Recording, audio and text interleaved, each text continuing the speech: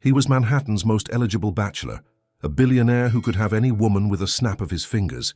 She was a cleaning lady who accidentally boarded his private jet and became the first woman to walk away from everything he offered. I can arrange for you to stay at the finest hotels, buy you anything you want. I don't need charity, especially not from someone who thinks I might be part of some PR stunt.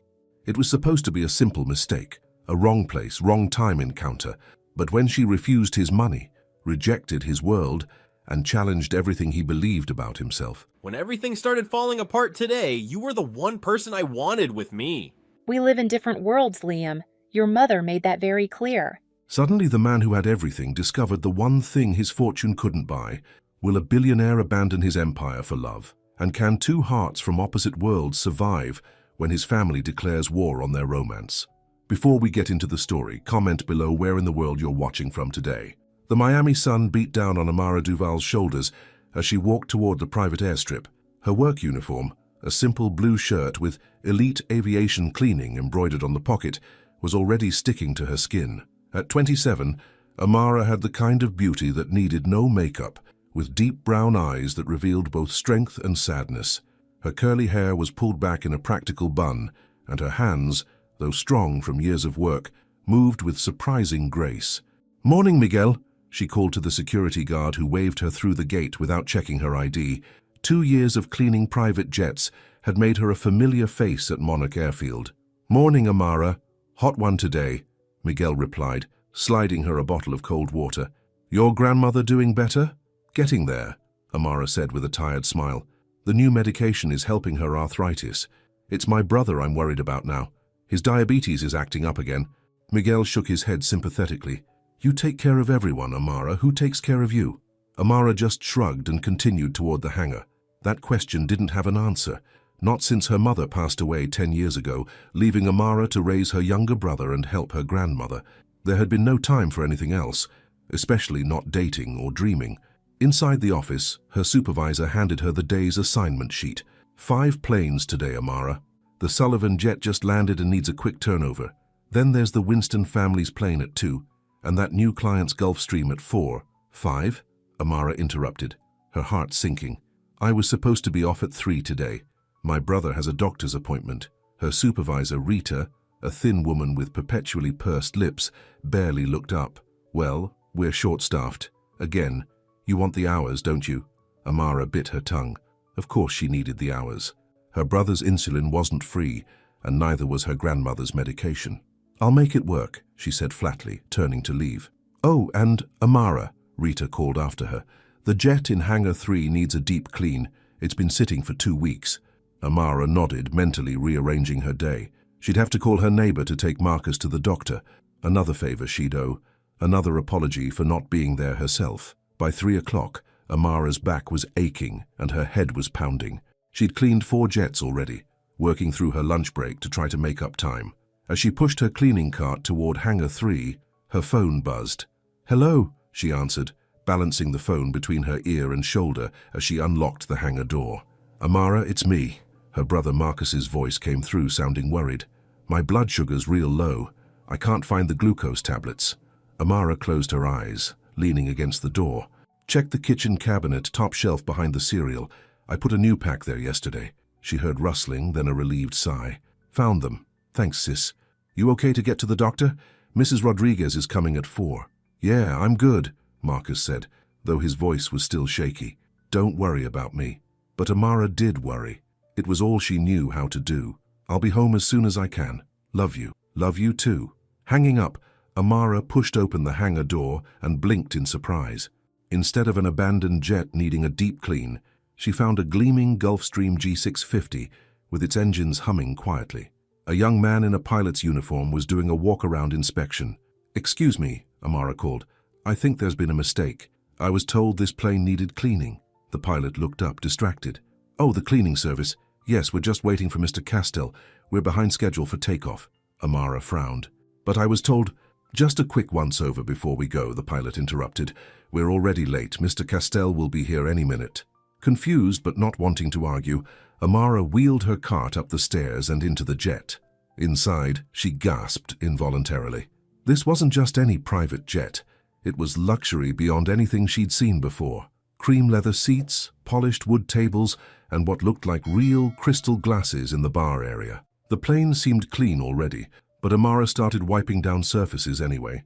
Her head was still pounding, and the cool, quiet interior of the plane was a blessed relief after the Miami heat. Setting down her cloth for a moment, she sank into one of the plush seats just to catch her breath. The seat was so comfortable and the cabin so peaceful that Amara's eyes grew heavy. Just for a minute, she thought, leaning her head back. Just 1 minute of rest. She woke with a jolt to the feeling of movement. The jet was moving. Amara's eyes flew open in panic. Outside the window, she could see the airfield rolling past. The plane was taxiing toward the runway. "No, no, no!" she gasped, jumping up and rushing toward the cockpit door. Before she could reach it, the plane accelerated, pressing her back into the cabin. They were taking off. Amara fell into the nearest seat, frantically reaching for her seatbelt as the jet lifted into the air. This couldn't be happening. They couldn't have missed seeing her on board. She had to get off this plane. She had to get home to Marcus and her grandmother. Once the plane leveled out, Amara unbuckled and stumbled toward the cockpit, but stopped short when she heard a voice behind her. "Who are you?" Amara turned slowly to find herself facing a man who had emerged from the back cabin. He was tall, with the kind of good looks that seemed almost unreal, sandy blonde hair, bright blue eyes, and features that belonged on a magazine cover. He wore casual clothes, expensive jeans and a simple white button-down, but something about him screamed money, the kind of money that owned jets like this one. "I'm with the cleaning crew," Amara said, her voice steadier than she felt. "There's been a mistake. I was on board when the plane took off." The man stared at her, his expression shifting from surprise to suspicion. "The cleaning crew? How did no one notice you were still on board?" "I fell asleep," Amara admitted, feeling her cheeks burn with embarrassment. "I've been working double shifts all week and I just sat down for a minute." The man's eyebrows rose. "You fell asleep on my jet? Look, I just need to get back. My brother is sick and my grandmother needs her medication. I can't be here." For a long moment the man said nothing, just studied her with those piercing blue eyes. Then he stepped forward, extending his hand. "I'm Liam Castell." Amara didn't take his hand. "I know who you are. Your picture's been all over the news since you broke off your engagement to that actress." Liam's hand dropped, and something flickered across his face. Annoyance, maybe, or surprise that she wasn't falling all over herself in his presence. "Did my assistant arrange for you to be here?" he asked suddenly. "Is this some kind of PR stunt?" Amara's fear turned to anger in an instant. "A PR stunt? You think I want to be trapped on a plane with a stranger? I have responsibilities, people who need me. I don't have time for games. So you just happened to fall asleep on my private jet?" Liam's tone was skeptical. "I was told to clean a plane in Hangar 3. I didn't know it was about to take off." Amara crossed her arms over her chest. "Where are we going anyway?" "The Maldives." Amara's heart sank. "The Maldives? As in the islands in the middle of the Indian Ocean?" Liam nodded, a hint of something like amusement crossing his face. "That's the one." "Turn around," Amara demanded. "You have to turn this plane around right now." "That's not happening." Liam moved past her to the bar, pouring himself a drink. "We're already an hour out over the Atlantic. We have a flight plan filed. We're going to the Maldives." "And what am I supposed to do?" "I can't go to the Maldives. I told you my brother is sick." Liam took a slow sip of his drink, studying her over the rim of his glass. "What's your name?" "Amara." "Amara Duval." "Well, Amara Duval," he said, setting down his glass. "It seems we're stuck with each other for the next 16 hours. I suggest you make yourself comfortable." 16 hours? Amara felt like she might be sick. "No, I can't. I need to call my brother." Liam gestured to a phone on the wall. "Satellite phone, you can call whoever you need to." Amara rushed to the phone, her hands shaking as she dialed her home number. After 3 rings, Marcus picked up. "Hello? Marcus, it's me," Amara said, relief washing over her at the sound of his voice. "Listen, something crazy has happened. I'm on a plane." "A plane? What do you mean? Aren't you at work?" "There was a mix-up. I'm on a private jet that's headed to the Maldives." There was a long pause. "You're joking, right?" "I wish I was," Amara said, glancing over at Liam, who was watching her intently. "I don't know when I'll be back, but I need you to do something for me. Call Mrs. Rodriguez and ask if she can stay with you and Grandma for a few days. Tell her it's an emergency. I'll pay her extra when I get back." "Amara, what's really going on?" Marcus sounded worried now. "Are you in some kind of trouble?" "No, nothing like that," Amara assured him. It's just a mistake. I'll figure it out. Are you okay? Did you make it to the doctor? Yeah, everything's fine. Doc says my levels are better. But Amara, the Maldives? Really? I know. It's crazy. I'll explain everything when I get back. Just take care of Grandma, okay? And take your medicine on time. After a few more reassurances, Amara hung up, then turned to find Liam still watching her. Family emergency handled? He asked, and something in his tone made Amara bristle. Not everyone has the luxury of dropping everything to fly off to paradise, she said coldly. Some of us have people who depend on us, and some of us have people who only pretend to depend on us, Liam replied, an edge to his voice. Trust me, it's not always a luxury. Amara was about to retort when the plane hit a patch of turbulence, causing her to stumble. Liam reached out instinctively, catching her arm to steady her. The touch sent an unexpected jolt through Amara, and she quickly pulled away. You should sit down and buckle up, Liam said, gesturing to a seat. Looks like we're hitting some weather. Reluctantly, Amara took the seat across from him, fastening her seatbelt as the plane continued to bounce through rough air. Outside the window, dark clouds were gathering, and rain began to streak across the glass. So, Amara Duval, Liam said, leaning back in his seat, tell me about this brother of yours. Amara hesitated. The last thing she wanted to do was share her personal life with this privileged stranger, but the flight was going to be long, and maybe talking would help keep her mind off the fact that she was trapped thousands of feet in the air, heading away from everything she knew. Marcus is 19, she said finally. He has type 1 diabetes. He was diagnosed when he was 7. And your parents? My mother died 10 years ago. Cancer. My father wasn't in the picture even before that. Liam nodded, his expression unreadable. So you've been taking care of your brother since you were 17. And my grandmother, Amara added. She raised me after my mom got sick, so now I take care of her too. That's a lot of responsibility for someone your age, Amara shrugged. That's life. Not everyone gets to fly off to the Maldives when things get tough. If the barb hit its mark, Liam didn't show it. Instead, he said, You mentioned I was in the news. Don't believe everything you read. I don't, Amara replied.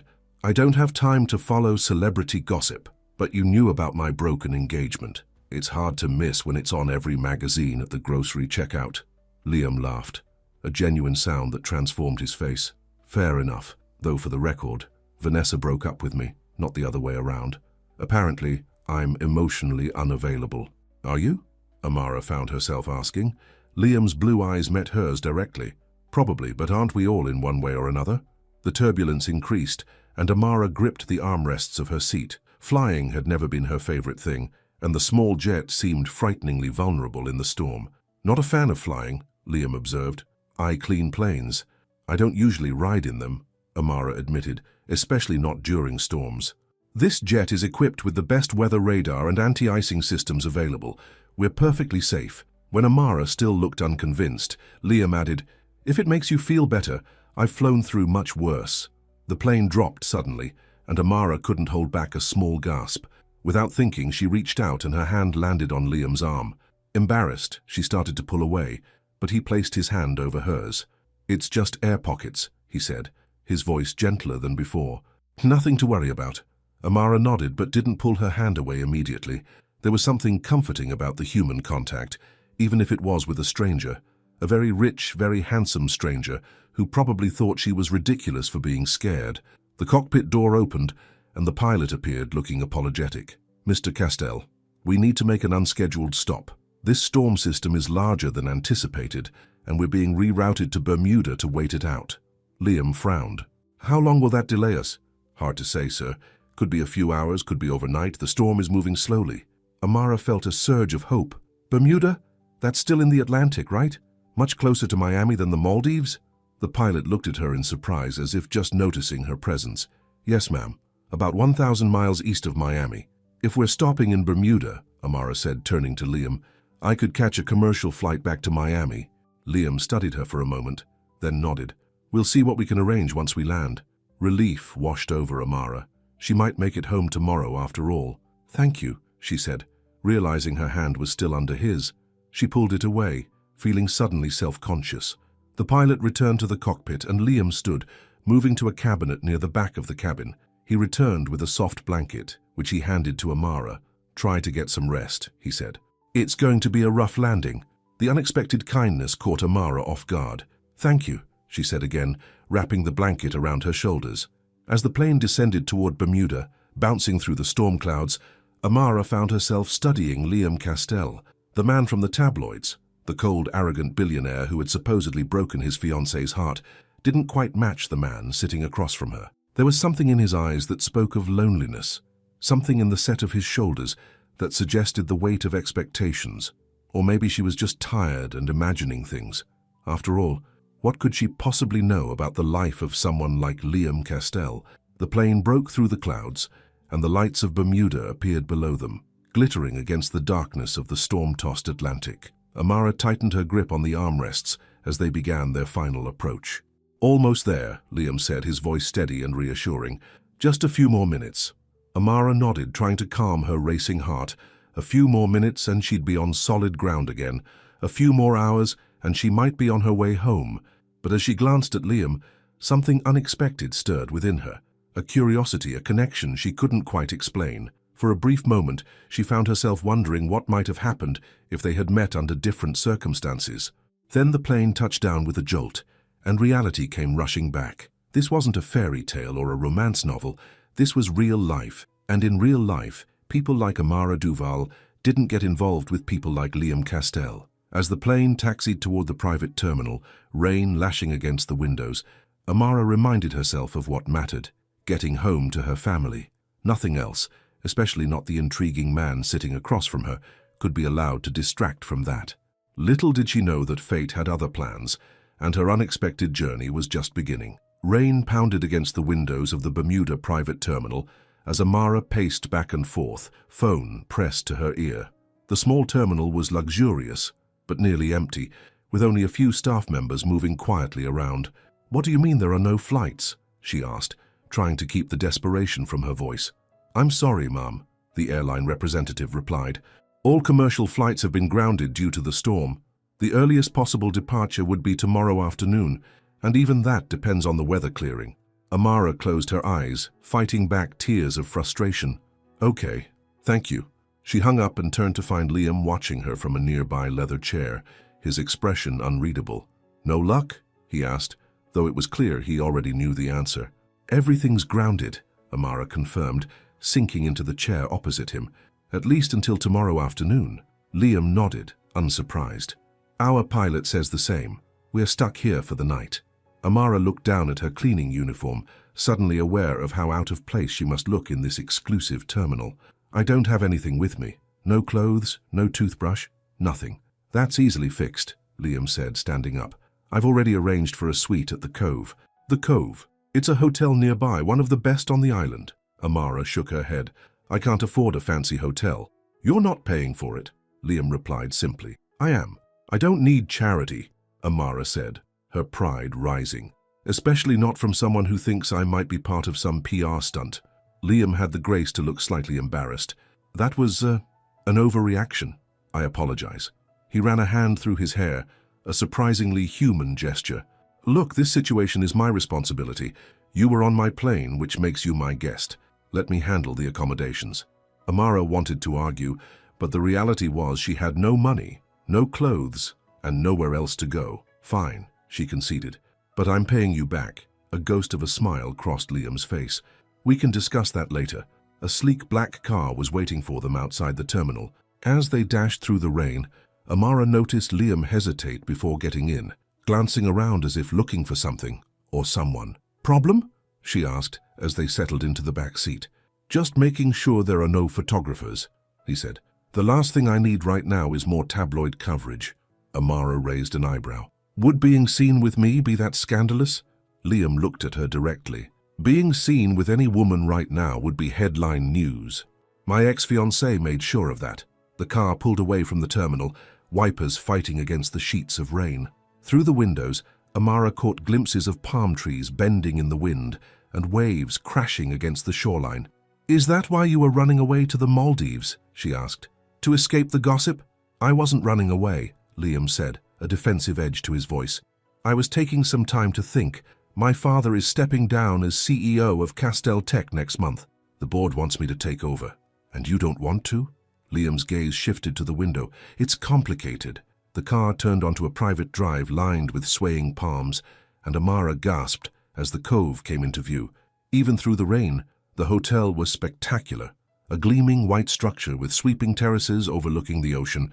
"This is where we're staying?" she asked incredulously. "It's not the Maldives, but it'll do for one night," Liam replied, and Amara couldn't tell if he was joking or serious.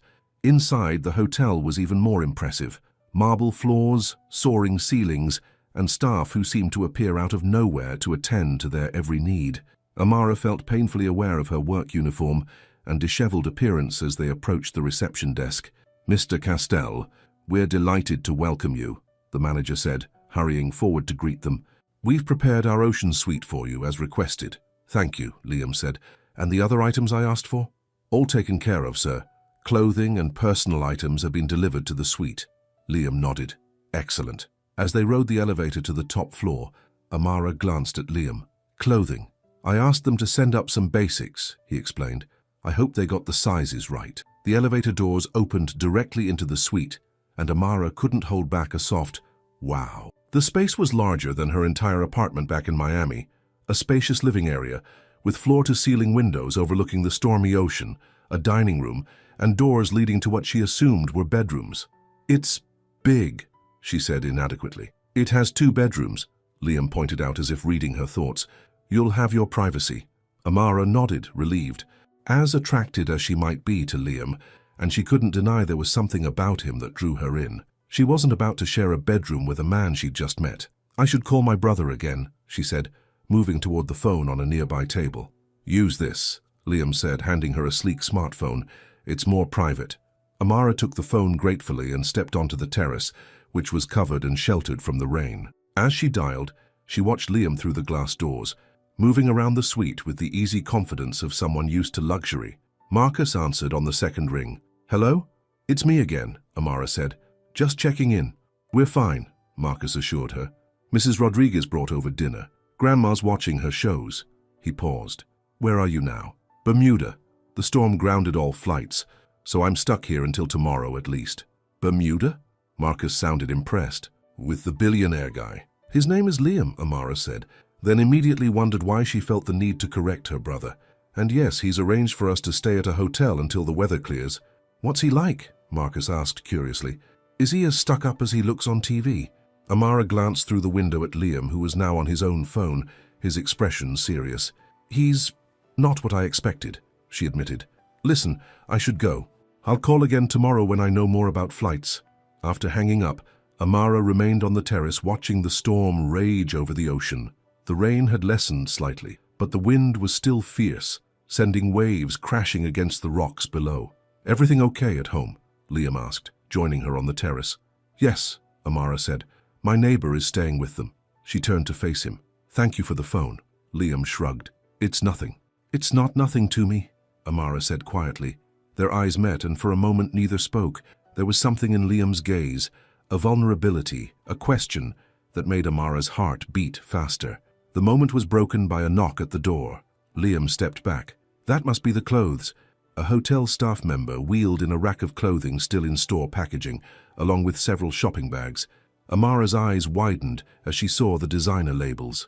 "This is too much," she protested after the staff member had left. "You needed clothes," Liam said simply. "I didn't know what you'd like, so I asked them to bring a selection." Amara reached for a price tag on one of the dresses and nearly choked. "This dress cost more than I make in a month." "Then I'm glad I could help," Liam said, seemingly unaware of her discomfort. "The bathroom in your bedroom has everything else you might need. Toothbrush, hairbrush, that sort of thing."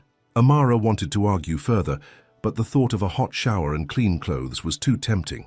"Thank you," she said stiffly, gathering a few items from the rack.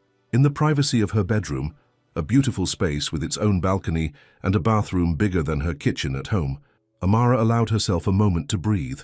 This whole situation felt unreal, like something from a movie rather than her actual life. The shower was heavenly, with multiple jets and expensive-smelling soaps and shampoos. Afterward, Amara chose the simplest outfit from the selection, a pair of jeans that fit surprisingly well and a soft blue sweater. Looking in the mirror, she hardly recognized herself. The clothes were nicer than anything she'd ever owned, and despite everything, she couldn't help but feel a little pretty. When she emerged from her room, She found Liam on the phone again, his voice tense. "I don't care what the board thinks, Elizabeth," he was saying. "I'm not cutting my trip short. No, I'm not discussing this now. Yes, I'm aware of the PR situation. I'll call tomorrow." He hung up with a sigh, then turned and saw Amara. His expression changed, softening in a way that made her feel suddenly self-conscious. "Everything okay?" she asked. "Just business," he replied, then added, "You look nice." "Thanks to your shopping spree," Amara said, but she couldn't help smiling. "Was that your assistant?" "Elizabeth has been my father's executive assistant for 15 years, Liam explained. "She thinks that gives her the right to manage my life too." "And does she? Manage your life?" Liam's mouth quirked in a half-smile. "More than I'd like to admit." He gestured to the dining table, which had been set for two. "I ordered dinner. I hope you don't mind eating here. It's still pretty wild out there." The table was laid with silver and crystal, candles casting a warm glow over the white tablecloth. It looked intimate, romantic even. Amara hesitated. "I don't bite," Liam said, pulling out a chair for her. "That's not what the tabloids say," Amara replied, before she could stop herself. To her surprise, Liam laughed. "Touché." As she sat down, he added, "For the record, most of what they print is garbage." "Most of it?" "Well, I did leave Vanessa at the altar," he admitted, taking the seat across from her, "but not for the reasons people think." Amara found herself curious, despite her better judgment. What were the reasons? Liam was saved from answering by the arrival of room service. Two waiters wheeled in a cart laden with covered dishes, efficiently transferring them to the table before discreetly disappearing. "I didn't know what you'd like," Liam said, lifting the covers to reveal an array of dishes, seafood, steak, pasta, and various sides. "So I ordered a variety."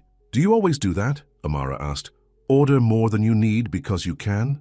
Liam's eyes met hers and she saw a flash of something, hurt maybe, or recognition. "That's a fair question," he said after a moment, "and the answer is probably yes. I've never had to think about limitations." Amara nodded, understanding more than she wanted to about this man. "That must be nice." "It's easy," Liam corrected. "Not the same thing." They ate in silence for a few minutes, the only sounds the clink of silverware and the storm raging outside. The food was delicious, the best Amara had ever tasted, but she found it hard to enjoy with the weight of unspoken words between them. "Tell me about your brother," Liam said suddenly. "How said he has diabetes." Amara nodded, surprised by his interest. "Type 1, he was diagnosed when he was 7. It's been challenging. Financially? In every way," Amara admitted. "The medication is expensive, even with insurance, and he's had some complications. Last year he was hospitalized for 3 days. That bill alone." She shook her head, not wanting to think about the debt she was still paying off. "What about your grandmother? You mentioned her too." "She raised me after my mom got sick," Amara said, a softness entering her voice. "She's everything to me. Strong, stubborn, full of wisdom, but she's getting older, and her arthritis makes it hard for her to get around." "So you take care of everyone," Liam observed. "I do what needs to be done," Amara said simply. "That's what family is for." Liam took a sip of his wine, his expression thoughtful. "My father thinks family is for carrying on legacies and building dynasties." "Is that why you're avoiding taking over as CEO?" "I'm not avoiding it," Liam said automatically, then sighed. "Yes, I'm avoiding it. The company has been my father's life for 30 years. It's never been mine." "What would be yours?" Amara asked, genuinely curious. "If you could choose anything?" Liam looked surprised by the question, as if no one had ever asked him that before. "I studied architecture in college," he said after a moment, "before my father convinced me that business was the responsible choice." His mouth twisted on the words. "I've always wanted to design homes, real homes, not just luxury high-rises." "Why don't you?" "It's not that simple." "It never is," Amara agreed, "but that doesn't mean it's impossible." Their eyes met across the table, and something shifted between them, a recognition, perhaps, of unexpected common ground. The moment was interrupted by Liam's phone ringing. He glanced at it and grimaced. "Elizabeth again. I should take this." As he stepped away to answer, Amara rose from the table and moved to the windows. The storm was still fierce, rain lashing against the glass, but there was something mesmerizing about its power. "No, I'm not in Miami," she heard Liam say behind her. "I'm in Bermuda. Yes, the storm. No, I'm not alone." He paused. "A friend. It's not important." "No, there's no story here, Elizabeth. Make sure of it." Amara felt a sting at being dismissed as not important. But what had she expected? That Liam Castell would tell his assistant he was stranded with a cleaning lady he'd just met? When he returned to the table, his expression was closed off again. "Sorry about that." "No problem," Amara said, keeping her voice neutral. "Is everything okay?" "Elizabeth is worried about optics," Liam said with a sigh. "Apparently, my being missing is causing speculation, and being found with me would make it worse," Amara said, unable to keep the edge from her voice. Liam looked at her sharply. "That's not what I said, but it's what you meant." Amara pushed back her chair. "Thank you for dinner, but I think I'll turn in now. It's been a long day." She started toward her bedroom, but Liam caught her arm gently. "Amara, wait." The touch of his hand sent a shock through her system. She turned to face him, suddenly aware of how close they were standing. "I'm not ashamed to be seen with you," Liam said quietly. "I just don't want to drag you into the circus that is my life right now. Trust me, you don't want your face splashed across the tabloids." His eyes held hers, and Amara found herself believing him. There was a sincerity there that contradicted everything she'd assumed about him. "I should still get some rest," she said, her voice softer now. Liam nodded, releasing her arm. "Of course. Good night, Amara." "Good night, Liam." In her room, Amara sat on the edge of the luxurious bed, trying to make sense of her conflicting emotions. On one hand, Liam Castell represented everything she distrusted: wealth, privilege, a world where people ordered a variety of food just because they could. On the other hand, there were moments when she glimpsed something real beneath the polished exterior: a loneliness, a desire for something more authentic than the life he was living. And then there was the undeniable attraction she felt toward him, a pull that both excited and terrified her. Shaking her head at her own foolishness, Amara crawled under the silky sheets. Tomorrow, the storm would clear. She would find a flight home and return to her real life, and this strange interlude would become nothing more than an unusual story to tell Marcus and her grandmother. With that thought firmly in mind, she closed her eyes and drifted into sleep. She woke to sunlight streaming through the curtains she'd forgotten to close. For a moment she was disoriented, the luxurious surroundings unfamiliar. Then memory rushed back: the plane, the storm, Liam. Checking the bedside clock, Amara saw it was already past 9. She never slept this late at home, where there were always responsibilities waiting. Quickly she showered and dressed in the same clothes from the night before, then made her way to the living area of the suite. Liam was already up, sitting at the dining table with a laptop open before him, dressed in crisp chinos and a light blue button-down that made his eyes look even bluer. A breakfast spread was laid out on the table. "Good morning," he said, looking up with a smile that did strange things to Amara's pulse. "Sleep well." "Better than I have in years," Amara admitted. "What about the storm?" "Passed during the night," Liam said, gesturing toward the windows. Outside, the view was transformed. The ocean was a brilliant blue under clear skies, with no sign of the tempest that had raged the night before. "I checked on flights," Liam continued. "There's a commercial flight to Miami at 2 o'clock. I've reserved a seat for you." "Thank you," Amara said, feeling a mix of relief and unexpectedly disappointment. "That's perfect." "Coffee," Liam offered, gesturing to the pot on the table. Amara nodded, taking a seat across from him. As she reached for a croissant, she noticed Liam watching her with an odd expression. "What?" she asked, suddenly self-conscious. "Nothing," he said quickly. "I was just thinking, would you like to see a bit of Bermuda before your flight? We have a few hours." The offer caught Amara by surprise. "I don't know. Just a quick tour," Liam pressed. "The hotel has bikes we can borrow. The beaches here are incredible." Amara hesitated. The sensible thing would be to stay at the hotel, maybe call Marcus again and wait for her flight. But the thought of exploring this beautiful island with Liam was tempting, a brief taste of a life so different from her own. "Okay," she found herself saying. "A quick tour." Liam's smile was worth the potential regret. "Great. I'll arrange for the bikes." An hour later, they were cycling along a coastal path, the ocean sparkling beside them. The air was fresh and clean after the storm, with a warm breeze carrying the scent of salt and tropical flowers. Amara couldn't remember the last time she'd done something purely for enjoyment like this. "It's beautiful here," she said, stopping to gaze out at the turquoise water. "It is," Liam agreed, coming to a halt beside her, "though not as beautiful as the Maldives." "Is that why you were going there, for the scenery?" Liam leaned his bike against a nearby palm tree and walked to the edge of the path, where it dropped off to a small, secluded beach below. "Partly. Mostly I just needed space to think." "About the CEO position?" "About everything." Liam turned to face her. My whole life has been mapped out for me. Harvard Business School, executive training program, groomed to take over Castell Tech. I've never once stopped to ask if it's what I actually want. And is it? Amara asked, leaving her own bike to join him. I don't know, Liam admitted. That's what I was hoping to figure out in the Maldives. Instead, you got stuck in Bermuda with me, Amara said with a small smile. I wouldn't call it stuck, Liam replied, his eyes holding hers. More like fortunate. The intensity of his gaze made Amara's heart race. She looked away, back toward the ocean.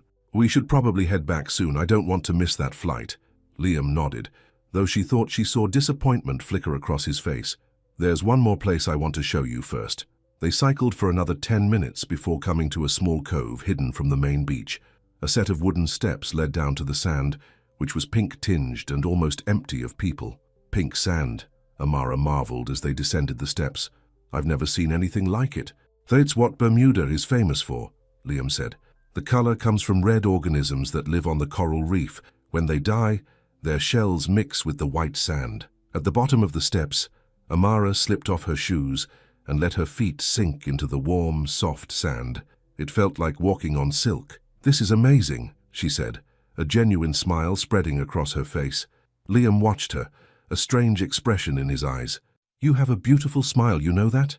Amara felt heat rise to her cheeks. I don't smile much, I guess, too busy. That's a shame. They walked along the shore in comfortable silence, the waves lapping gently at their feet. For a brief, magical moment, Amara allowed herself to forget everything, her responsibilities, her financial struggles, the vast differences that separated her world from Liam's. I wish we had more time, Liam said suddenly, stopping to face her. For what? Amara asked, though her heart was already answering the question. To get to know each other, Liam said simply.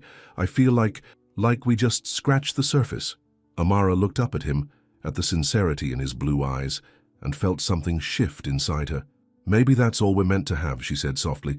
A brief encounter, a good story to tell someday. Is that all you want it to be? Liam asked, taking a step closer. Before Amara could answer, a voice called from the top of the steps. Mr. Castell! Mr. Castell! They both turned to see a hotel staff member waving urgently. Sir, there's an emergency call for you at the hotel. Liam frowned. We should get back.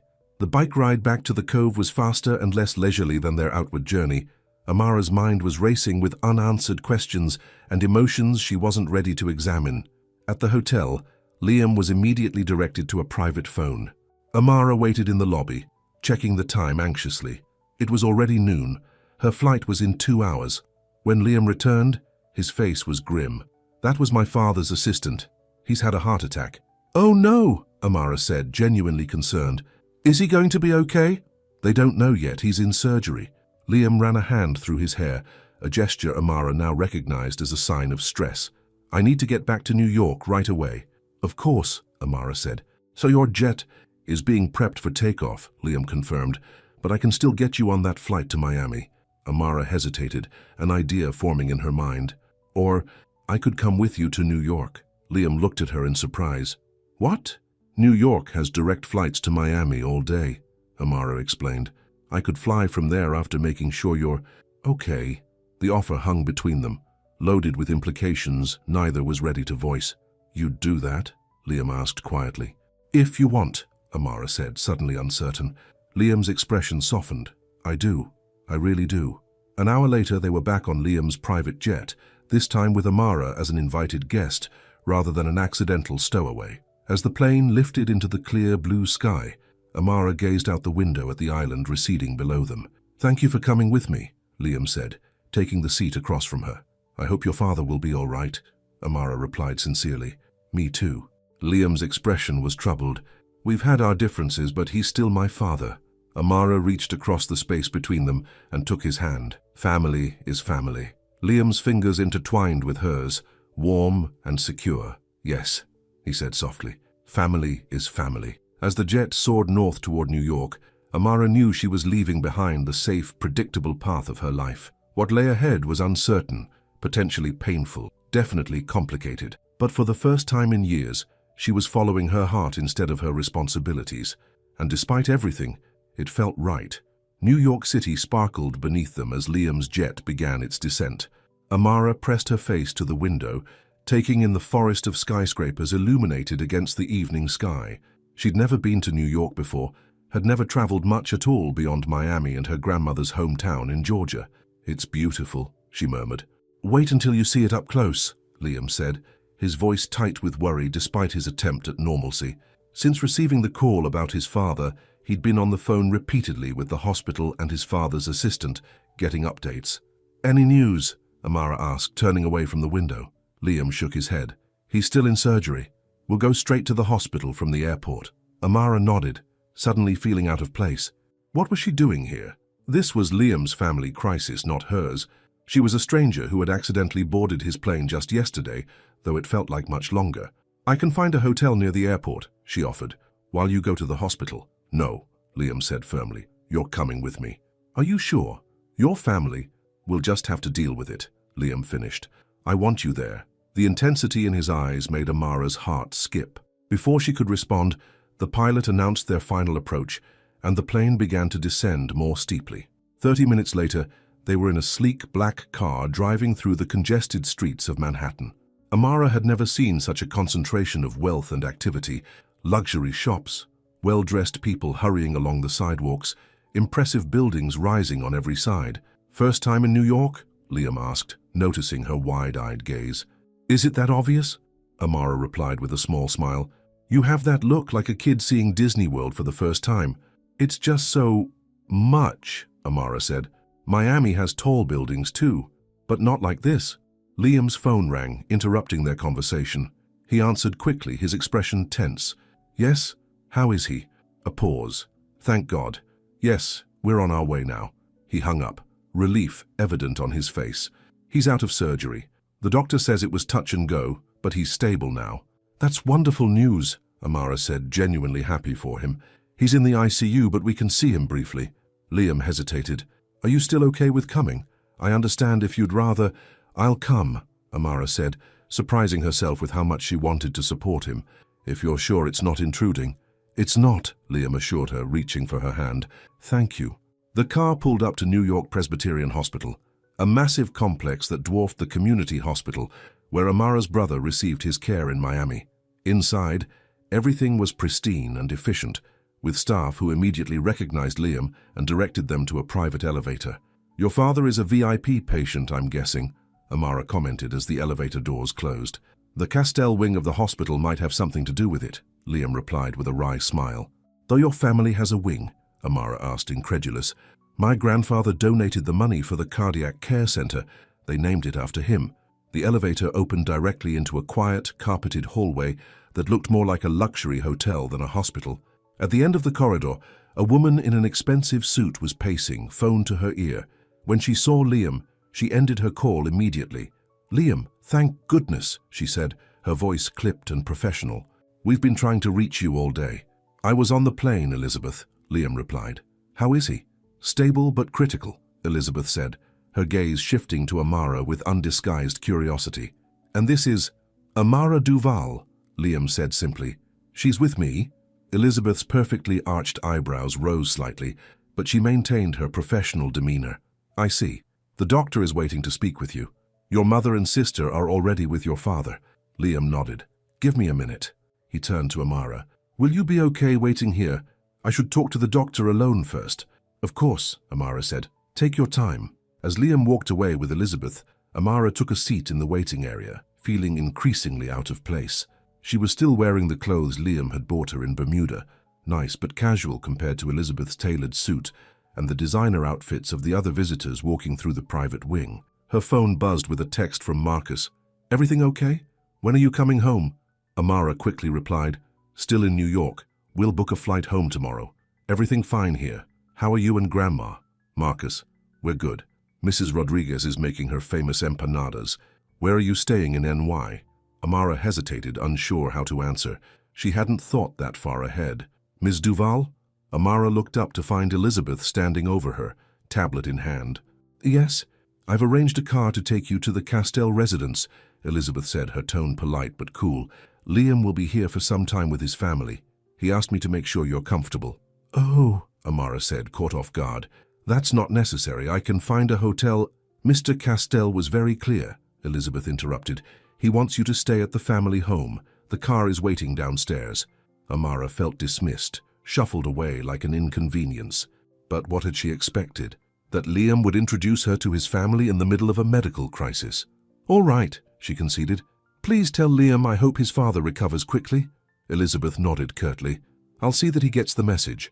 Martin will escort you to the car. A uniformed security guard appeared at Elizabeth's side, clearly waiting to accompany Amara downstairs. She felt like she was being politely but firmly removed from the premises. As she gathered her few belongings, Amara glanced down the hallway where Liam had disappeared. Part of her wanted to wait, to see him again before leaving. But another part, the practical, self-protective part, knew this was for the best. She was getting too involved, too quickly, with a man from a world utterly different from her own. This way, Ms. Duval, Martin said, gesturing toward the elevator. Amara followed, her heart heavier than she wanted to admit. The car that awaited her was another sleek black town car, with a uniformed driver who opened the door without a word. As they pulled away from the hospital, Amara felt a growing sense of unreality.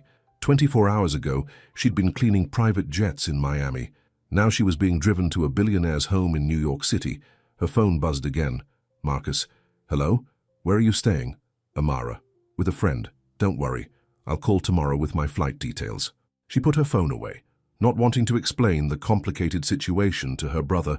What would she even say? That she'd accidentally boarded a billionaire's jet, spent the night with him in Bermuda, and was now being whisked to his family home in New York. It sounded ridiculous even to her. The car turned onto Fifth Avenue, passing the edge of Central Park, before pulling up to an imposing limestone building with a uniformed doorman out front. The driver came around to open her door. The Castell residence, miss, he said. They're expecting you. The doorman greeted her with a respectful nod. Ms. Duval? This way, please. Inside, a marble-floored lobby led to a private elevator, which the doorman operated with a key. Penthouse, he explained as the doors closed. The elevator opened directly into an apartment that took Amara's breath away. Floor-to-ceiling windows offered a stunning view of Central Park and the city skyline. The space was immense, easily 10 times the size of her apartment in Miami, with soaring ceilings, museum-quality artwork on the walls, and furniture that looked both beautiful and untouched. A middle-aged woman in a simple black dress approached. Ms. Duval, I'm Mrs. Hudson, the housekeeper. Mr. Castell called to say you would be staying with us tonight. Thank you, Amara said, feeling completely out of her element. This is very kind, but really not necessary. It's no trouble at all, Mrs. Hudson assured her. We've prepared the blue guest suite for you. Would you like to freshen up before dinner? Dinner? We'll be served at 8, unless you prefer to eat earlier. 8 is fine, Amara said faintly. Mrs. Hudson led her through the apartment to a guest suite that was larger than Amara's entire home. A sitting room with its own fireplace opened into a bedroom with a king-sized 4-poster bed. The bathroom was all marble and gold fixtures, with a tub big enough to swim in. There are fresh clothes in the closet, Mrs. Hudson said, opening a door to reveal a walk-in closet already filled with women's clothing. Mr. Castell called ahead with your sizes. If you need anything else, just press 1 on the house phone. With that, she left Amara alone in the luxurious suite. Feeling suddenly overwhelmed, Amara sank onto the edge of the bed. This was Liam's world, a world of penthouses and private jets, household staff and hospital wings named after his family. What was she doing here? Amara took a long shower in the marble bathroom, using products that probably cost more than her weekly grocery budget. Afterward, she opened the closet to find an array of designer clothes, all in her size. She chose the simplest outfit she could find, dark jeans and a soft cashmere sweater, and headed downstairs for dinner, following the directions Mrs. Hudson had given her. She expected to eat alone in the cavernous dining room, but to her surprise, she found a place set for her at a smaller table in what appeared to be a family kitchen, warm and inviting despite its professional-grade appliances. I thought you might prefer something more casual, Mrs. Hudson said, bringing in a covered dish. Unless you'd rather use the formal dining room. No, this is perfect, Amara said gratefully. Thank you. The meal was simple but delicious. Roast chicken, fresh vegetables, and homemade bread. As Amara ate, she couldn't help wondering about Liam. Was he still at the hospital? Had his father's condition improved? Has there been any news from the hospital? She asked Mrs. Hudson when she came to clear the plates. Mr. James Castell is stable, the housekeeper replied. That's all I've been told. Would you like dessert? We have fresh berries with cream. No, thank you, Amara said. I think I'll just go back to my room. In the guest suite, Amara tried calling her grandmother, but there was no answer. She left a message explaining that she was in New York and would be home tomorrow, careful not to mention any details that would worry them. She was about to get ready for bed when her phone rang, an unfamiliar number with a New York area code. Hello? She answered cautiously. Amara. Liam's voice came through, sounding tired but relieved. I'm so sorry about today. Elizabeth should never have sent you away like that. It's okay, Amara said, surprised by how good it felt to hear his voice. Your father is the priority right now. How is he? Stable. The doctors are cautiously optimistic. Liam sighed. It was a major heart attack. If the hospital hadn't been so close, he trailed off. But it was, Amara said gently. And he's getting the best care. Yes. There was a pause. Are you comfortable? Did Mrs. Hudson take care of everything? The apartment is beautiful, Amara said. But Liam, this is all too much. I can get a hotel room tomorrow and fly back to Miami. No, Liam said quickly. Please stay, at least for another day or two. Why? Amara asked, needing to hear him say it. There was a long pause. Because I want you here, Liam said finally. Because when everything started falling apart today, you were the one person I wanted with me. The simple honesty of his words touched something deep inside Amara. Liam, I know it's crazy, he continued. We barely know each other, but I feel like I've been waiting to meet you without even knowing it. Amara closed her eyes, her heart racing. I feel it too, she admitted softly. Stay, Liam said again. Please, I'll be home in the morning and we can talk properly. Okay, Amara agreed against her better judgment. I'll stay. Thank you, Liam said, relief evident in his voice. Get some rest, I'll see you tomorrow. After hanging up, Amara lay in the luxurious bed staring at the ceiling. She was falling for Liam Castell, hard and fast. But could anything real come from this? They lived in completely different worlds. His family would never accept someone like her, and her responsibilities in Miami wouldn't simply disappear because she'd met an attractive billionaire. Eventually, she drifted into an uneasy sleep, dreaming of storms and planes and Liam's blue eyes. She woke to sunlight streaming through the windows and the distant sound of voices. For a moment, she was disoriented, the opulent room unfamiliar. Then memory returned. She was in Liam's penthouse in New York. Checking the time, she saw it was already past 9.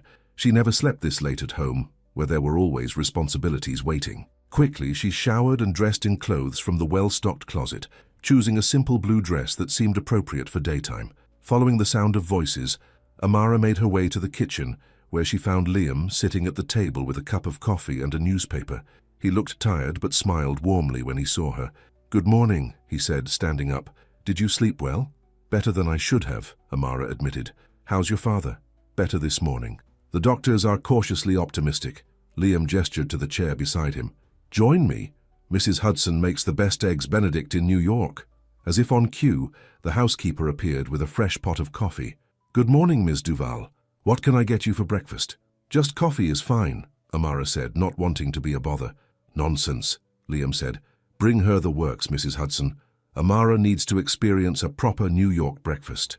The housekeeper nodded and disappeared back into the kitchen area. You look nice, Liam said, his eyes taking in the blue dress. I see you found the clothes. About that, Amara began. Liam, you have to stop buying me things. It's too much. It's nothing, Liam said with a dismissive wave. That's just it, Amara replied, leaning forward. To you, it's nothing. But to me, it makes me uncomfortable, like I'm accepting something I haven't earned. Liam's expression grew serious. I didn't mean to make you uncomfortable. I just wanted you to have what you needed. I know, Amara said, softening her tone, and I appreciate the thought, but I need you to understand where I'm coming from. My whole life, I've worked for everything I have. It's not much, but it's mine. When you buy me expensive things so casually, it feels unbalanced. Liam nodded slowly. I hadn't thought of it that way. I'm sorry. Don't be sorry, Amara said with a small smile. Just be aware that we see the world differently because we've lived different lives. Their eyes met across the table, and something passed between them, understanding, respect, and something deeper that neither was quite ready to name. The moment was broken by Mrs. Hudson returning with a plate of eggs Benedict for Amara. Will there be anything else, Mr. Castell? No, thank you, Mrs. Hudson. Actually, could you give us some privacy? The housekeeper nodded and discreetly withdrew. I want to show you New York today, Liam said as Amara tried the eggs, which were indeed delicious. Before you go back to Miami, Amara hesitated. Don't you need to be at the hospital? My father is stable, and my mother and sister are with him. I'll visit this evening. Liam leaned forward. One day, Amara. Give me one day to show you my city. The eagerness in his eyes was hard to resist. All right, she agreed. One day. After breakfast, they set out into the crisp autumn air. Instead of a car and driver, Liam suggested they walk, which surprised and pleased Amara. Central Park was just across the street, its trees ablaze with fall colors. It's beautiful, Amara said, as they strolled along a winding path. I used to come here as a kid, Liam said, pointing to a playground in the distance. My nanny would bring me while my parents were working. Sometimes it felt like she was more of a parent than they were. That sounds lonely, Amara observed. Liam shrugged. I didn't know any different. My father was building Castel Tech and my mother was busy with her charities and social obligations. And now they expect you to take over the company, Amara said, remembering their conversation in Bermuda. The board meets next week to confirm my appointment as CEO, Liam said, his expression clouding. With my father's heart attack, there's even more pressure now. But it's not what you want. Liam was quiet for a moment. I want to make my own path, but I also love my father despite our differences. I don't want to disappoint him, especially now. Amara touched his arm gently. Sometimes the most loving thing you can do for someone is be honest with them. Liam covered her hand with his. When did you get so wise, Amara Duval? Life lessons come early when you have to grow up fast, she replied with a small smile. They continued walking, talking about everything and nothing. Liam's childhood in New York, Amara's dreams of someday opening a small business, their favorite books and movies. It was easy, natural, as if they'd known each other for years instead of days. Liam took her to his favorite spots in the city, a hidden courtyard garden, a tiny bookstore with floor-to-ceiling shelves, a hole-in-the-wall pizzeria where they ate slices standing up at a counter. No five-star restaurants? Amara teased. This is better than any fancy restaurant, Liam insisted, wiping tomato sauce from his chin. More real. Amara smiled, seeing a different side of Liam, one that seemed more relaxed, more authentic than the polished billionaire she'd first met on the plane. As afternoon turned to evening, they found themselves on the Brooklyn Bridge, watching the sun set over Manhattan.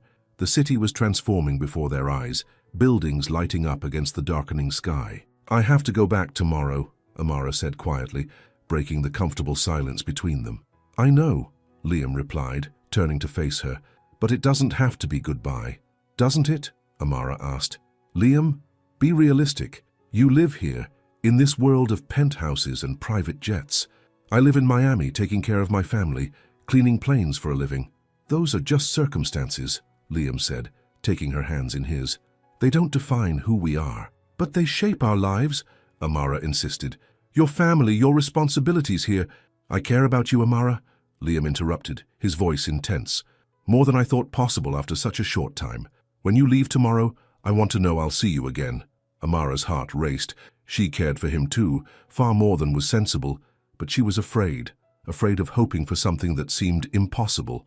I care about you too, she admitted softly. But I'm scared, Liam.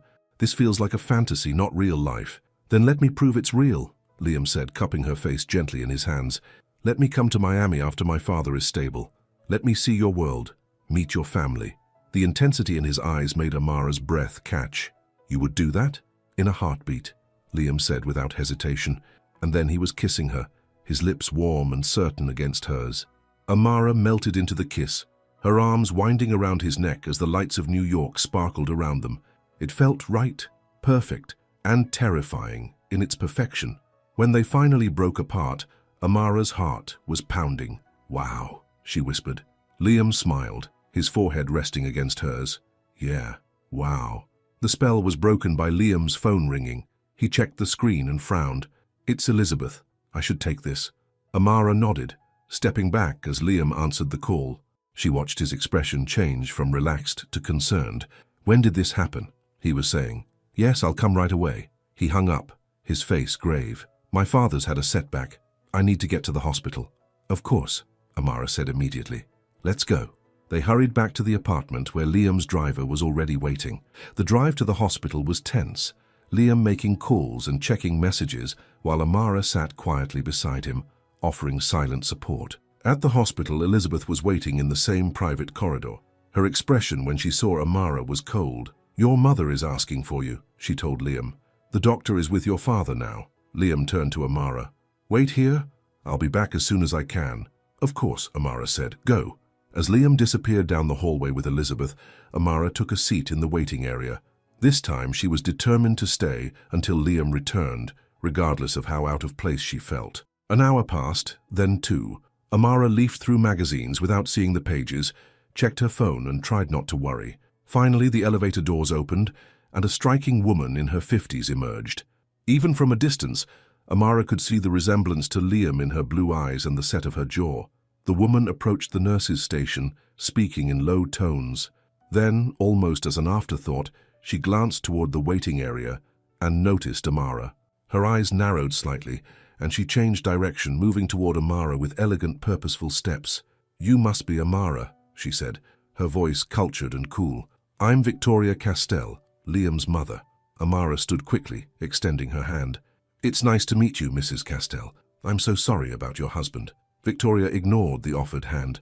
"Elizabeth tells me you're the reason my son was unreachable yesterday, that he was with you in Bermuda while his father was having a heart attack." The accusation stung. "There was a storm," Amara began. "All flights were grounded." "Let me be direct," Victoria interrupted.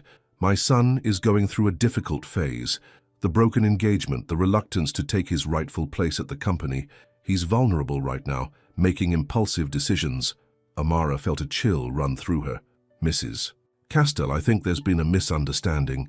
"No misunderstanding," Victoria said firmly. "I know your type. You see a wealthy, attractive young man and think you found your ticket to a better life. That's not—" "How much?" Victoria asked bluntly. Amara blinked in confusion. "Excuse me? How much will it take for you to disappear? To leave my son alone and go back to wherever it is you came from?" The words hit Amara like a physical blow. "So you think I want money? Don't we all?" Victoria replied with a thin smile. "Name your price. I'll have a check cut immediately." Amara felt sick. This was Liam's mother, the woman who had raised him, who should know him well enough to understand he wouldn't be interested in someone who was after his money. And yet here she was, assuming the worst about Amara based on what? The color of her skin, her clothes, the fact that she cleaned planes for a living. "I don't want your money, Mrs. Castell," Amara said, her voice steady despite the anger and hurt coursing through her. "I care about your son." Victoria's laugh was brittle. "Of course you do. They all do. Until the novelty wears off. Liam will come to his senses soon enough, but I'd prefer to expedite the process." Before Amara could respond, the elevator doors opened again, and Elizabeth stepped out. She approached Victoria quickly. "Mrs. Castell, the doctor would like to speak with you again." Victoria nodded, then turned back to Amara. "Think about my offer. It would be the sensible thing to do." With that, she swept away, leaving Amara standing there, shaken and angry. Elizabeth lingered for a moment. "Liam asked me to tell you he'll be a while longer. Perhaps it would be best if you returned to the apartment." Amara wanted to refuse, to insist on waiting for Liam, but the encounter with Victoria had left her feeling exposed and vulnerable. Maybe it would be better to leave, to have some time to think. "All right," she agreed quietly. "Please tell Liam I'll see him at the apartment." The ride back to Fifth Avenue was a blur, Amara's mind replaying Victoria's cruel words. Was that how everyone in Liam's world would see her? As a gold digger? A fortune hunter? The thought made her stomach churn.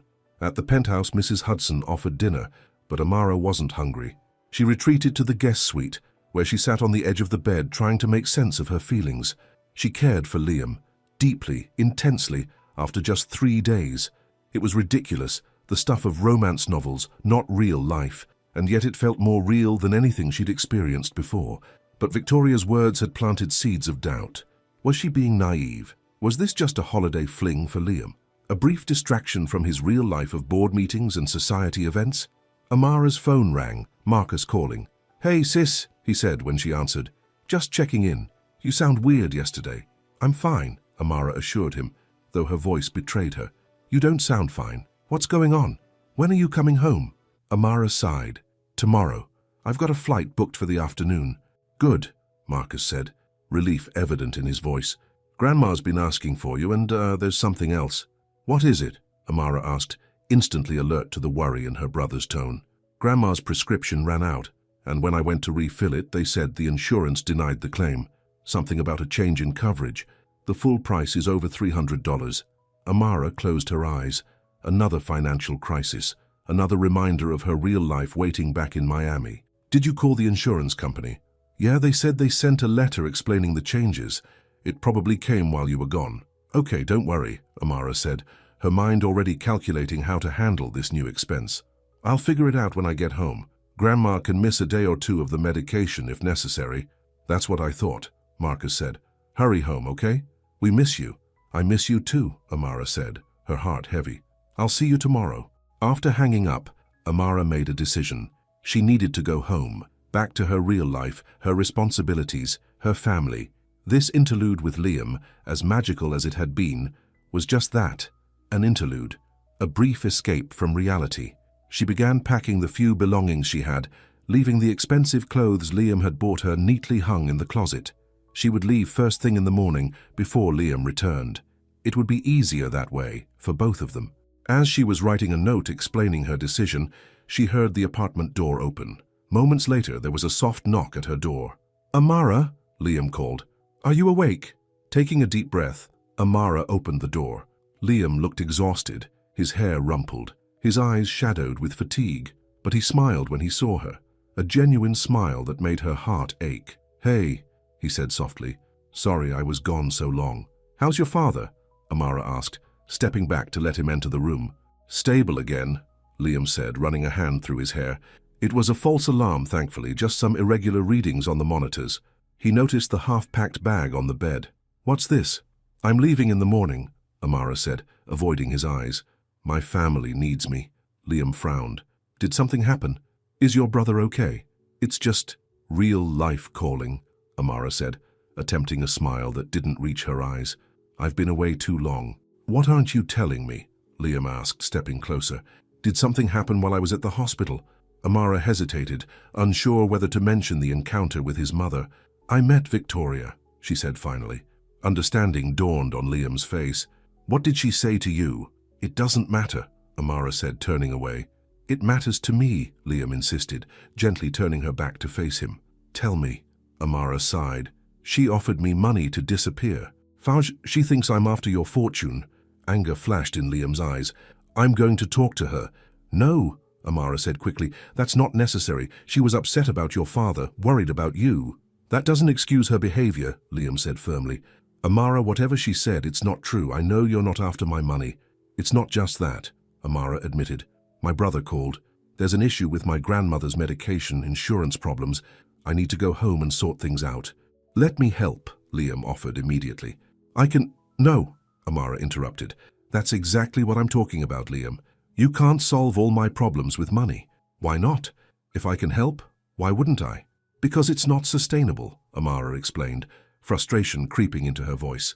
Because I need to stand on my own feet, not become dependent on you. Because this, whatever this is between us, it's too new, too fragile to bear that kind of imbalance. Liam was quiet for a moment, absorbing her words. So you're running away. I'm being realistic, Amara countered. We live in different worlds, Liam. Your mother made that very clear today.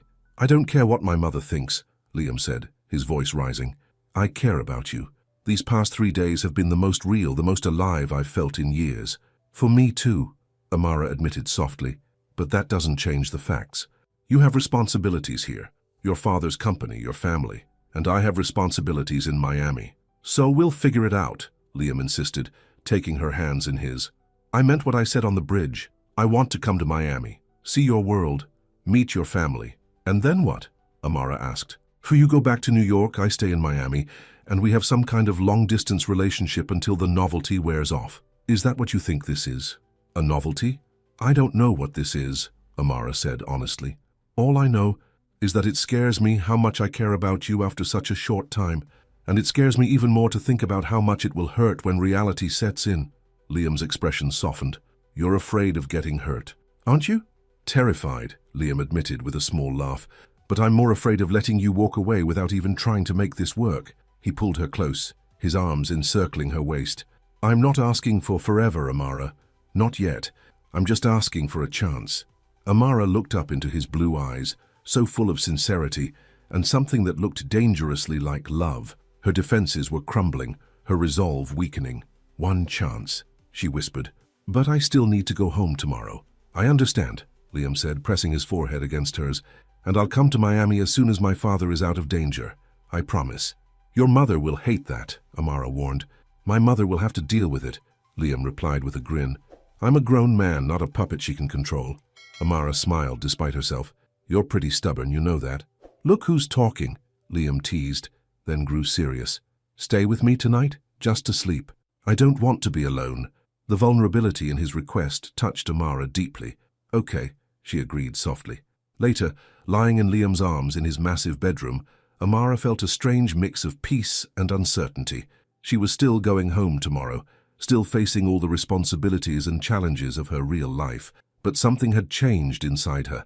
A door had opened to possibilities she'd never allowed herself to imagine before. As she drifted towards sleep, she heard Liam murmur against her hair, "This isn't goodbye, Amara, it's just the beginning." She wanted to believe him. Despite all the reasons it couldn't work, despite the differences in their worlds, despite her own fears and doubts, she wanted to believe that what they had found together was real and lasting. Tomorrow would bring reality back into sharp focus. But tonight, in the quiet darkness of Liam's bedroom, with the lights of New York glittering beyond the windows, Amara allowed herself to hope. The Miami heat hit Amara like a wall as she stepped out of the airport terminal. After the crisp autumn air of New York, the humid warmth felt both familiar and strange, like returning to a life that no longer quite fit. "Amara! Over here!" She turned to see Marcus waving from their old blue sedan, a wide grin on his face. Rushing toward him, she dropped her small bag and wrapped her arms around her brother, suddenly overwhelmed by how much she'd missed him. "Hey, sis," Marcus said, hugging her tightly. "Nice outfit." Amara glanced down at the simple designer dress she'd worn for the flight, one of the few items she'd accepted from Liam's closet of gifts. "It's a long story." "I bet it is," Marcus said, his eyes curious, as he loaded her bag into the trunk. "Grandma can't wait to hear it. She's been driving Mrs. Rodriguez crazy asking when you'd be home." As they drove through the familiar streets of Miami, Amara felt the events of the past few days taking on a dreamlike quality. Had she really boarded a billionaire's private jet by accident, spent the night in Bermuda during a tropical storm, kissed Liam Castell on the Brooklyn Bridge? "You're quiet," Marcus observed, as they turned into their neighborhood of modest homes, with chain-link fences and basketball hoops in driveways. "Something happened in New York I should know about." "It's complicated," Amara replied, not ready to explain something she didn't fully understand herself. Marcus shot her a knowing look. "It's a guy, isn't it? You met someone. How did you—" "You've got that look," Marcus said with a grin. "Like grandma's telenovelas when the poor girl meets the rich guy and everything gets dramatic." Amara couldn't help but laugh. "It's not like that." "Sure it's not," Marcus teased as they pulled into the driveway of their small stucco house. "That's why you're wearing designer clothes and getting all dreamy-eyed." Before Amara could respond, the front door flew open, and her grandmother appeared, leaning on her cane but moving faster than usual. "My Amara," she called, her Creole accent thick with emotion. "Finally you come home to us." Amara hurried to embrace her grandmother, breathing in the familiar scent of rosewater and spices that always clung to the older woman. "I missed you, Grandma." "Come inside, come," her grandmother insisted, pulling her toward the house. "You tell us everything about this adventure. Marcus says you go to New York City." Inside, the house was exactly as she'd left it. A little cramped, a little worn, but clean and filled with family photos and mementos. The normalcy of it was both comforting and jarring after the luxury she'd experienced with Liam. Mrs. Rodriguez had prepared Amara's favorite meal, arroz con pollo and sweet plantains, and the kitchen was filled with delicious aromas. After thanking the neighbor for taking care of her family, Amara sat down to dinner, fielding questions about her unexpected trip. She told them an edited version of events, an accidental boarding, a storm in Bermuda, a detour to New York, carefully omitting the intensity of her feelings for Liam, but her grandmother's shrewd eyes missed nothing. "And this man, this rich man with the plane," she said as they finished dinner. "He was kind to you." "Yes, Grandma," Amara said softly. "He was very kind." Her grandmother murmured. "Man with money, They think kindness is easy because it cost them nothing. It wasn't like that, Amara protested. Liam is different. Different how? Marcus asked, leaning forward with interest. Amara struggled to put it into words. He sees me, not just what I can do for him or what I represent. He actually sees me. Her grandmother and brother exchanged looks. He's coming to visit, Amara added, deciding to be honest. When his father is better, he wants to see where I live, meet you both. The billionaire is coming here, Marcus asked incredulously, glancing around their modest home. For real? He says he is, Amara replied, a hint of doubt creeping into her voice despite her best efforts. The promise had seemed sincere in the cocoon of Liam's world, but would it survive the return to reality? We will see, her grandmother said simply. Time tells the truth about a man's heart. Later that night, as Amara unpacked her small bag in her bedroom, her phone pinged with a text message. Liam, landed safely. The simple message made her heart leap. Amara, yes, home with family now. How's your father? Liam, better. Doctors say he can go home in a few days. I miss you already. Amara smiled, typing her response. Amara, it's only been 12 hours. Liam, 12 hours too long. I meant what I said. As soon as my father is stable, I'm coming to Miami. Amara, I'll believe it when I see it, Castell. Liam, challenge accepted, Duval. She put the phone down, trying not to read too much into his words. Men like Liam made promises easily, and her grandmother was right. Time would tell if he meant what he said. The next morning, reality reasserted itself with brutal efficiency. Amara's alarm went off at 5 a.m., and she dragged herself out of bed for her early cleaning shift at the airfield. Her supervisor, Rita, was unsympathetic about her absence. 3 days without notice, she sniffed. I should fire you. I called in, Amara protested. I explained the situation. Some crazy story about accidentally boarding a private jet? Rita scoffed. If you want to take vacation days, just say so. It wasn't vacation, Amara began, then stopped herself. What was the point? It won't happen again. See that it doesn't, Rita said. Now get to work. The Henderson's jet needs a deep clean before noon. As Amara pushed her cleaning cart toward the hangar, she couldn't help but compare this moment to the luxury of Liam's world. Just days ago, she'd been sleeping in a penthouse overlooking Central Park. Now she was back to scrubbing toilets on private jets she would never own. The week crawled by, with each day feeling longer than the last. Amara fell back into her routine: work, caring for her grandmother, helping Marcus with his diabetes management, paying bills, grocery shopping. But something had changed inside her. She found herself checking her phone more often, heart leaping whenever Liam texted. They spoke every night, conversations that stretched for hours despite the exhaustion of her day. Liam told her about his father's recovery, the mounting pressure from the board to accept the CEO position, his mother's frosty disapproval of their relationship. Amara shared the smaller dramas of her life, the insurance battle for her grandmother's medication, Marcus's college applications, the broken air conditioner they couldn't afford to fix. 2 weeks after her return, Amara was sorting through a pile of medical bills at the kitchen table when her phone rang. Liam's name flashed on the screen. Hey, she answered, unable to keep the smile from her voice. Are you home? Liam asked without preamble. Yes, why? Check your front yard. Amara frowned, moving to the window that overlooked their small patch of grass. A sleek black car was parked at the curb, and as she watched, a familiar figure emerged. Liam, she whispered in disbelief. Without waiting for his response, she dropped the phone and ran to the front door, flinging it open just as Liam reached the porch steps. He looked even better than she remembered, casually dressed in jeans and a light sweater, his blonde hair slightly tousled, his blue eyes lighting up when he saw her. Surprise, he said simply. For a moment, Amara couldn't speak, couldn't move. Then she was in his arms, his lips finding hers in a kiss that erased the 2 weeks of separation. You're really here, she murmured when they finally broke apart. In Miami, at my house. I told you I would come, Liam said, tucking a strand of hair behind her ear. Did you doubt me? Maybe a little, Amara admitted. Your father is home and recovering well, Liam finished. My mother is hovering over him like a hawk, so he told me to take a few days off. I think he was tired of my hovering too. How long can you stay? Amara asked, hardly daring to hope. A week, Liam replied. If that's okay with you and your family. A week, Amara repeated, a smile spreading across her face. Yes, that's more than okay. The sound of a throat clearing made them both turn. Marcus stood in the doorway, eyebrows raised, an amused expression on his face. "So this is the famous Liam," he said, stepping forward with his hand extended. "I'm Marcus, the brother who almost died while you were whisking my sister off to Bermuda."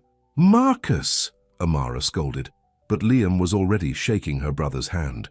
"Nice to meet you, Marcus. And for the record, your sister was trying desperately to get back to you the whole time." Marcus grinned. "I know, I'm just messing with you." He looked Liam up and down. "You don't look like a billionaire." "What does a billionaire look like?" Liam asked with genuine curiosity. "I don't know. Older, more serious? You look like a regular guy." "I'll take that as a compliment," Liam said with a smile. "Come in, both of you," Amara said, suddenly aware they were still standing on the porch. "Grandma will want to meet you, Liam." Inside, Amara's grandmother was waiting in her favorite armchair, her shrewd eyes taking in every detail of Liam's appearance as Amara made the introductions. "So you are the man with the plane," she said, her accent thickening as it always did when she was suspicious. "The one who stole my granddaughter." "Grandma," Amara protested, but Liam stepped forward confidently. "It's an honor to meet you, Mrs. Duval," he said respectfully, "and I assure you I didn't steal Amara. If anything, she stole my heart." There was a moment of silence. Then the old woman burst into delighted laughter. "Smooth talker, sit. You tell me about yourself, young man. What are your intentions with my Amara?" "Grandma," Amara groaned, embarrassed. "It's a fair question," Liam said, taking a seat across from the elderly woman. "My intentions are honorable, Mrs. Duval. I care deeply for your granddaughter. I'm here because I want to understand her life, her world, the people she loves." Amara's grandmother murmured, studying him. "We will see." Despite the initial awkwardness, dinner that night was surprisingly comfortable. Liam insisted on ordering takeout from an upscale restaurant. "My first night here, let me treat everyone," but otherwise made no comment on the modest surroundings of Amara's home. He listened attentively as Marcus talked about his college plans, asked thoughtful questions about Grandma's life in Haiti before coming to America, and helped clear the table without being asked. Later, as Amara walked him to his car, he had booked a hotel room nearby, not presuming to stay in their home, she felt a surge of emotion. "Thank you," she said softly. "For what?" Liam asked, taking her hand. "For coming. For being so normal with my family. For not making them feel less than." Liam's expression grew serious. "Amara, your family is amazing. The love in your home, it's something my family's money could never buy. I'm the one who should be thanking you for letting me be part of it, even for a little while." As they said goodnight with a lingering kiss, Amara felt the last of her doubts beginning to fade. Maybe, just maybe, this impossible relationship had a chance after all. The week that followed was the happiest of Amara's life. Liam insisted on driving her to work each morning, picking her up each afternoon. He seemed genuinely interested in her everyday routine, asking questions about her job, meeting her co-workers, much to Rita's stunned disbelief. "So it's true," Rita said, when Liam dropped Amara off one morning. "You really did board a billionaire's jet by accident." "Told you," Amara replied with a smile. In the evenings, they explored Miami together, not the glitzy South Beach clubs or five-star restaurants, but Amara's Miami, the Cuban bakery where she bought bread for her grandmother, the community center where Marcus played basketball, the small beach where they'd had family picnics since she was a child. "I love seeing the city through your eyes," Liam told her as they walked along that same beach one evening, hands intertwined. "It's so different from how I experienced it before, all business meetings and charity galas. This is the real Miami," Amara said, watching a family nearby setting up a birthday celebration, children running and laughing in the sand. "Not as glamorous, but more authentic. Like you," Liam said, stopping to face her. "Authentic, real, beautiful." He kissed her then, a kiss filled with promise and something deeper that neither had yet named. But Amara could feel it growing between them, this connection that defied logic and circumstance. On Liam's last day in Miami, reality intruded in the form of an urgent call from Elizabeth. "The board meeting has been moved up," he told Amara after hanging up, his expression troubled. "They want an answer about the CEO position by Monday." "And what will you tell them?" Amara asked, her heart suddenly heavy. Liam ran a hand through his hair, a gesture she now knew meant he was conflicted. "I don't know. My father is pushing hard for me to accept. The company has been in our family for 3 generations. But it's not what you want," Amara said gently. "I want to design homes, not run a tech empire," Liam admitted. But I also don't want to disappoint my father, especially after his heart attack. What about disappointing yourself? Amara asked. Living someone else's dream instead of your own? Liam was quiet for a long moment. When I'm with you, everything seems clearer. The choices seem obvious, but when I go back to New York, the pressure will be intense, Amara finished for him. Yes, Liam agreed. My mother, the board, generations of expectations. I can't tell you what to do, Amara said, taking his hands in hers. But I believe in you, Liam. Whatever you decide, make sure it's for the right reasons. That night, their last together before Liam's early morning flight, they sat on the small porch of Amara's house watching the stars emerge in the Miami sky. I wish you could come back with me, Liam said softly. I can't, Amara replied. My family needs me here. I know, Liam sighed. That's one of the things I love about you. Your loyalty, your sense of responsibility. The word love hung in the air between them, neither acknowledging it directly, but both feeling its weight. We'll figure it out, Amara said, resting her head on his shoulder. If it's meant to be. It is, Liam said with surprising conviction. I've never been more certain of anything. The goodbye the next morning was harder than Amara had expected.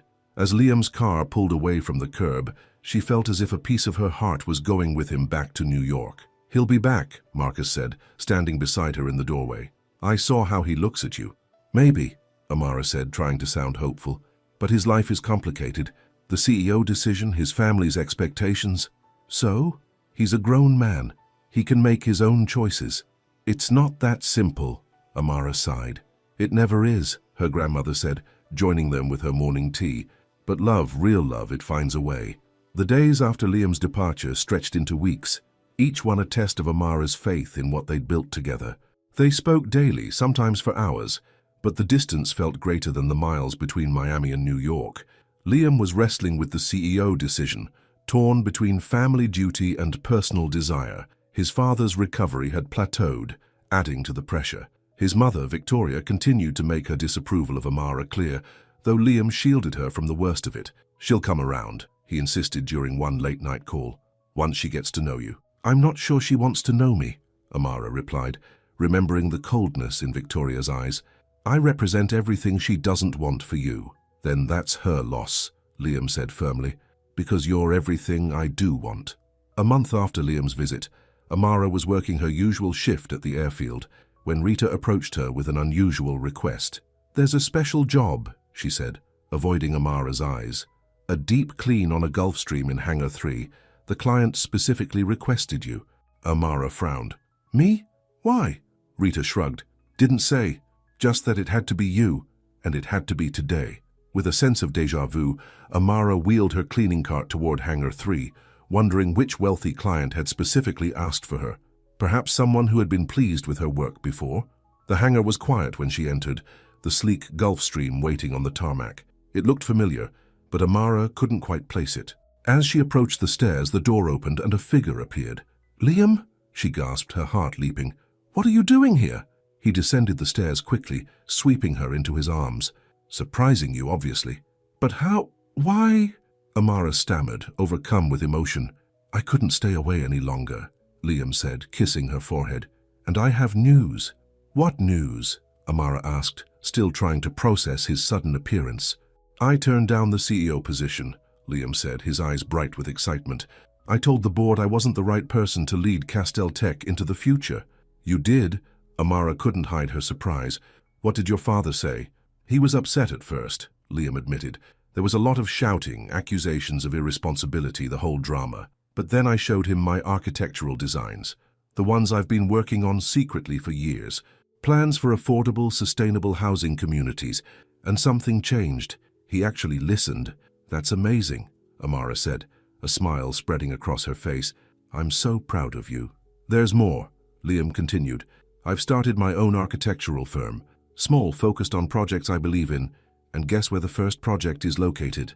Where? Amara asked, though her heart already knew the answer.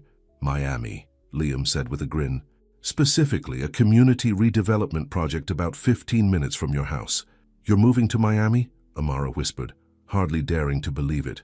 For at least a year, while the project gets off the ground, Liam confirmed. If that's okay with you. Okay with me? Amara laughed, tears of joy springing to her eyes. It's more than okay, it's perfect. There's one more thing, Liam said, suddenly serious. He reached into his pocket and pulled out a small velvet box. I know it's fast. I know we come from different worlds. I know there will be challenges. But I also know that I love you, Amara Duval, more than I've ever loved anyone. He opened the box to reveal a simple but elegant diamond ring. This isn't because I'm trying to rush you, or because I think money can solve everything. It's because when I picture my future, you're the only person I want by my side. Will you marry me? Amara stared at the ring, emotions swirling within her. It was fast. Impossibly, ridiculously fast. They'd known each other for barely 2 months. There were still 1,000 obstacles ahead. His mother's disapproval, their different backgrounds, the adjustments they'd both need to make. But in her heart, she knew her answer. Yes, she said softly, then more firmly. Yes, I'll marry you. Liam's face lit up with joy as he slipped the ring onto her finger. It fit perfectly, catching the light from the hangar windows. There's one condition, Amara added, suddenly serious. Anything, Liam promised. I keep my job, Amara said firmly, at least until Marcus finishes his first year of college. I need to contribute, to stand on my own feet. I can't just become Liam Castell's wife overnight. Liam smiled, understanding in his eyes. I wouldn't have it any other way. Your independence is one of the things I love most about you. He kissed her then, a kiss that felt like a promise, a beginning, a future opening before them. Should we go tell your family? Liam asked when they finally broke apart. They're going to think we're crazy, Amara laughed, looking at the ring on her finger with wonder. Maybe we are, Liam agreed with a grin, but sometimes crazy works. 6 months later, Amara stood on the balcony of a beachfront villa in the Maldives, watching the sunset paint the ocean in shades of gold and pink. The past months had been a whirlwind. Liam moving to Miami, her family adjusting to his presence in their lives, the planning of a small, intimate wedding on the very beach where they now honeymooned. Victoria had not attended the ceremony, still unable to accept her son's choice of bride. But James Castell had surprised everyone by not only attending but embracing Amara warmly, whispering, "Thank you for helping my son find his way." Marcus was thriving in his first semester at college, his tuition fully covered by a combination of scholarships and a fund Liam had established for promising students with medical needs. Amara's grandmother had moved into a comfortable ground-floor apartment in a building Liam's firm was renovating, close enough for Amara to visit daily, but designed to preserve the older woman's independence. And Amara herself had finally quit her cleaning job, not to become a trophy wife, but to partner with Liam in his architectural firm, bringing her practical perspective to his visionary designs. Together, they were creating homes that real families could afford, starting with a development in the very neighborhood where Amara had grown up. "Penny for your thoughts," Liam said, joining her on the balcony and wrapping his arms around her waist from behind. "Just thinking about how much has changed," Amara replied, leaning back against his chest. "A year ago, I could never have imagined this life." "Do you miss anything from before?" Liam asked, his chin resting on her shoulder. Amara considered the question seriously. "Sometimes I miss the simplicity, knowing exactly what each day would bring, having clear boundaries and expectations. And now? Now everything is possible," she said softly. "It's exciting and terrifying all at once." "Any regrets?" Liam asked, a hint of vulnerability in his voice. Amara turned in his arms to face him. "Not one," she said firmly. "How about you? Do you miss New York? The family business?" "I miss my father sometimes," Liam admitted. "But he's visited twice already and his heart is doing much better since he stepped back from day-to-day operations. As for the rest," he shook his head. "I've never been happier, Amara. Never felt more purposeful or more loved." The sun dipped lower on the horizon, casting long shadows across the white sand beach below their villa. "I have a surprise for you," Liam said, taking her hand. "Come with me." He led her down the stairs from their villa to the beach, where a small table had been set for dinner at the water's edge. But instead of heading for the table, Liam continued along the shoreline until they reached a secluded cove. "Close your eyes," he instructed with a mischievous smile. Amara complied, allowing him to guide her forward a few more steps. "Okay, open them." When Amara opened her eyes, she gasped. Tied to a palm tree was a simple wooden swing, positioned perfectly to overlook the ocean, and hanging from the swing was a hand-painted sign, "I still saved your seat." Tears filled Amara's eyes as she recognized the words, the same ones from the dream she'd shared with him one night, about how she imagined he might win her back if they were ever separated. "You remembered," she whispered. "I remember everything about you," Liam said, leading her to the swing. "Every dream, every fear, every hope." As Amara sat on the swing, Liam knelt in the sand before her, taking her hands in his. "When you accidentally boarded my plane that day, I thought I was escaping my life. Instead, I found it, the real one, the one I was meant to live. With me," Amara said softly. "Always with you," Liam agreed, rising to kiss her as the last rays of the sun gilded the ocean behind them. Later that night, as they lay together in their villa, the sound of waves washing against the shore outside their window, Amara reflected on the journey that had brought them here, from a cleaning lady accidentally boarding a private jet to becoming partners in every sense of the word. It was the kind of story no one would believe if it weren't so undeniably real. "What are you thinking about now?" Liam asked, his fingers tracing lazy patterns on her bare shoulder. "About how sometimes the biggest mistakes turn out to be the best things that ever happened to you," Amara replied with a smile. "Like falling asleep on a billionaire's jet," Liam teased. "Exactly like that," Amara laughed. "Though I think the billionaire in question got the better end of that deal." "Without a doubt," Liam agreed, pulling her closer. "You saved me, Amara, from a life I didn't want, from becoming someone I didn't want to be. And you showed me that I could dream bigger than I allowed myself to," Amara said softly. "That I deserved love that didn't require sacrifice." Outside, the moon rose over the Indian Ocean, casting a silver path across the water. Inside, Amara and Liam held each other, two people from different worlds who had found something rare and precious, a love strong enough to bridge any divide, a connection that felt like coming home. Their journey had only just begun, with challenges still to face and differences to navigate. But as Amara drifted toward sleep in her husband's arms, she knew with absolute certainty that they would face whatever came next together, their wings no longer mistaken, their hearts forever fated.